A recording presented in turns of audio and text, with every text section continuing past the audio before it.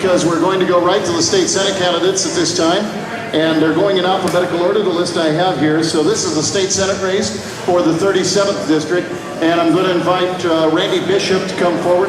Randy, the podium mic is right over there, so you want to use that one? Okay, that'll be fine. I'll go ahead and let Randy pick up. So everybody, if we could have you all, if we could have everybody stop, we're going to just continue right where we're at and continue on with the state Senate race, and we've got you turned up now. Yep. Didn't want to have it on before it's time. So first off, our first candidate for the state Senate race for the 37th district is Randy Bishop. Thank you, Greg. Everyone, I'd like to take this opportunity to thank WMKT Radio, Greg Marshall, and Priscilla Miller, who organized this event, along with the Elk Rapids News. My name is Randy Bishop. I'm running for the 37th state Senate seat that's currently held by Senator Alden, who was just here. I am not a politician. I'm a citizen candidate. I'm a former business owner who successfully ran a business for over 20 years.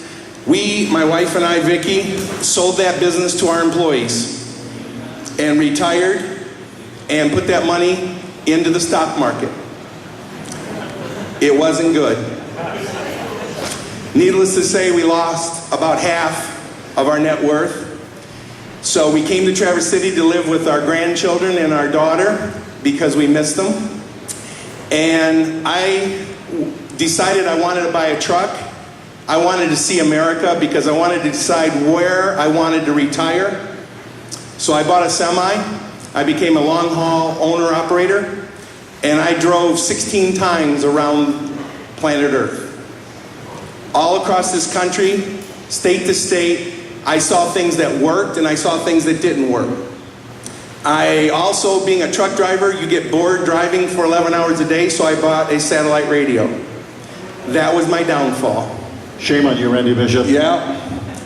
I paid for satellite and I started listening to guys like Bill O'Reilly and Rush Limbaugh and Sean Hannity and Fox News, and all of a sudden I became addicted to current events, political things. I couldn't help myself. I became addicted. And as I crossed state lines, I saw things that worked and I saw things that didn't work. And it was amazing that when I went into states that didn't have state income taxes, and they were a right to work state, primarily in the South, about 22 of them, the signs I saw was help wanted and new construction jobs going up, new buildings going up. And when I went into states that had a lot of regulations and a lot of state income taxes and a lot of fuel taxes, I didn't buy my diesel there. I planned ahead. I saw foreclosures and businesses closed up and not a whole lot of help wanted signs. I've come out with a platform, and I'm here tonight. I want you folks to know something. All three of us, myself and Mr. Howard Walker, my opponent in the primary on August 3rd, as well as Mr. Carr, who's running as a Democrat in November. We were all invited to come and speak to you folks tonight, and also to Northern Michigan on the radio. Mr. Carr and I are the only two that showed up. We care about Northern Michigan. Now, I'm being outspent in the August 3rd primary by my opponent. He has a lot more money, and he has been in the House for 3 terms. I don't have any experience. I'm running as a citizen candidate from contributions to just from the people, and that's why I'm running. I'm looking forward to answering your questions, but I just want you to know I'm not a politician. I'm a common working man. Thank you. State Senate candidate Randy Bishop. Next in order of appearance, because his name starts with C and not B, is Bob Carr. Bob, good evening. Probably a lot of you know me because I've been around here for 35 years. I didn't know anything about politics until I was a sophomore in high school, and I got elected class president, and I couldn't eat for 3 days. But I got interested in politics. So interested that when I got out of college, I went to Washington, D.C. on a 747, and I was going to get a job. And by the next day, which was Saturday, I was so homesick I didn't know what to do. And I was wandering across a college campus, and this girl was coming the other way, and I slowed up. I'd like you to meet Karen Carr. Karen Carr she was dating the student body president, is my wife. She's a school teacher, a master school teacher. The two of us are doing this together. You see our pictures together. And when we get elected, we will serve together. She'll go down and volunteer at schools in Lansing, and she'll come up here and work with the schools here. I say many of you know me because I got a job in Washington so I could be around Karen at the Office of Economic Opportunity.